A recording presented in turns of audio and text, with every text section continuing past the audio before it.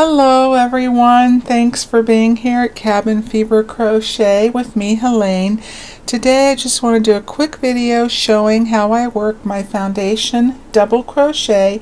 I use this a lot in my tutorials and will include them in patterns that call for it.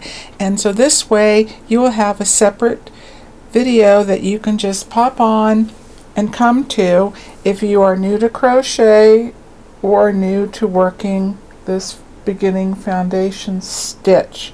I really like it. I use this a lot for certain projects because it creates a nice beginning stretchy fabric and you get full stitches across your foundation row, and then they match up at the beginning, at the end of your work as well. And it works out really nicely, cleanly, and makes it so much easier if you're going to be adding a border. Now, as with the traditional foundation double crochet and the way I've modified it that I do mine, in both we are building both the chain and the double crochet into one stitch. It's really nice, and then it eliminates having to chain, and then turn and go back and work your double crochet across. Sometimes I do that as well. It just depends on the stitch pattern. So the traditional foundation double crochet is you are chaining 3 to begin, and then you're going to yarn over just like you do with a regular double crochet. You will insert your hook into the very first chain, you yarn over, pull up a loop, you yarn over and pull through the first. That is your chain. Then you go ahead and you finish your double crochet as usual. You yarn over, pull through 2, again yarn over, pull through the last 2. For the second stitch, you yarn over, you go back to your first chain, and it gets easier the more you do after about 5 or 6, and it will also be easier to define the chain. But if you turn it right side up, you will see your 2 loops that form the top of the chain, and then again as we go you'll see it forms more of a V. Alright, so go ahead, insert your hook into both loops, yarn over, pull up a loop, yarn over, pull through the first, you have created another chain, and then you finish your double crochet. Now I'm going to stop here for this one because I want to show you.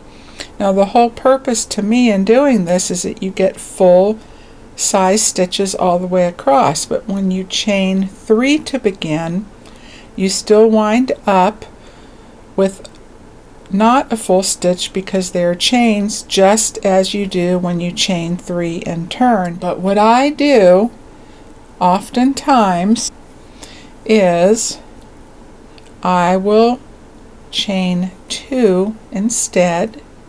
Then I'm going to yarn over, I'm going to work into the back bump,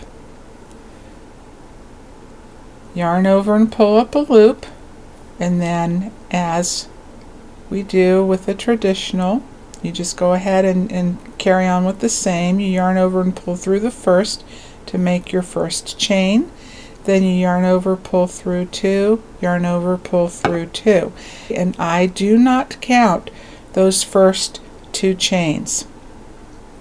I'm going to go ahead and do another, go back to the first chain, which is more easily defined because that is right next to your slip knot, right, those 2 loops, and you can also see it does create a little bit more of a V. It's easier to see. So go through those top 2 loops, yarn over and pull up a loop, yarn over, pull through the first, there is your second chain, and then you finish your double crochet. And these stitches and the loops just below your working yarn, this is all part of your double crochet. So you can turn it again to the top. You will see how the V is here. There's your first stitch, or your first chain, excuse me. and then here is the top of your second chain just above that. So you'll go ahead, insert your hook into the top 2 loops and repeat the process. Yarn over, pull up a loop, yarn over, pull through the first. There is your third chain. Yarn over, pull through 2, yarn over, pull through 2. So if you notice, your tail end is in the opposite direction where it usually is, so that your chain as you're working it is on the top and your double crochet is on the bottom. And when you have finished the length that you want to get, then you just turn your work to have your tail on the bottom as it should be. Okay, and then your double crochet is on the top and your chain is on the bottom. Alright, so now let's do this a couple of more times. Yarn over, insert your hook through the 2 loops of your chain, yarn over, pull up a loop.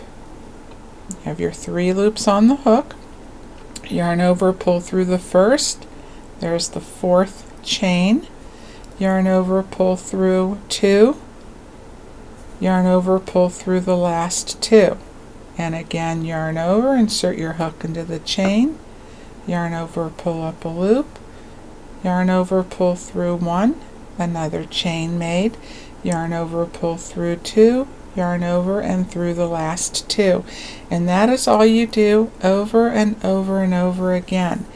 And as mentioned at the beginning, it creates a really nice stretchy fabric, so you have full stitches at the beginning and at the end of your work. And this creates again a full stitch on the very end. However,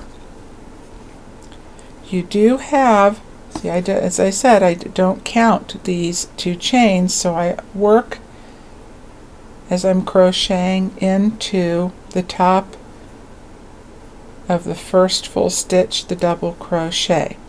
So in some instances that may not work because you do have these extra 2 stitches here, but where I find that this comes in really handy is if, say, my end stitch requires a double crochet. Instead of chaining 3, I work an alternate double crochet. So when you turn your work to begin the first stitch, just insert your hook, work a single crochet, you go back into that first loop on the left, just the front one facing you, the 1 loop, and then you work another single crochet, and that is an alternate double crochet, one method in place of the chain 3.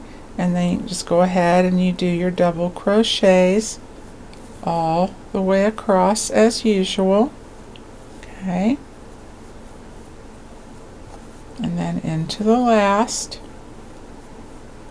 So then you're not having to crochet into the top of a chain 3, and it prevents the work from pulling at the bottom also. You know how sometimes you work a chain across and then you have to double crochet in the 4th chain from the hook.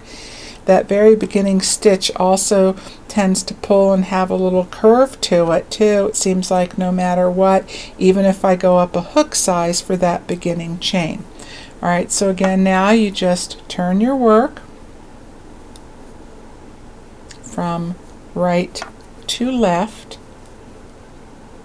Don't chain, just insert your hook into that first stitch and single crochet, and then you insert your hook into the left front loop facing you and single crochet again, and then go ahead and double crochet all the way across. And that's what you do over and over. And I wanted to show this to you because even though this will be actually again in a separate video as far as a couple of different alternate beginning chainless double crochets, I want to show this to you so you can see that the beginning 2 chains looks the same as the alternate double crochet, because you do get a little more fullness on the edge, and you're alternating that on each row at each end, so that way you get a real uniform looking full piece on your edges. I hope that makes sense. And I'm going to show you a blanket. I know I've showed this a lot, but it is a really good example. Okay, so here is my beginning foundation double crochet, those extra little 2 stitches at the end, alright, but you can see where I worked my first stitch into the first full double crochet, and then I did that exact same alternate double crochet going all the way up, and it creates again that beginning foundation, just really nice, more stretchy fabric compared to the chain, beginning chain, when it applies to the pattern that you're using. I want to emphasize that. Okay, and then you can see how working the alternate double crochet creates a very nice full stitch on the edge, so that way you get just a really nice uniform on your sides and along your bottom as well. Okay, well that's it for this time. Thanks so much for being here. If you found this video helpful and liked it, please give me a thumbs up. Subscribe if you haven't already, and come back again next time for more yarny fun. Alright, take care everyone, and I will see you again soon. Bye for now.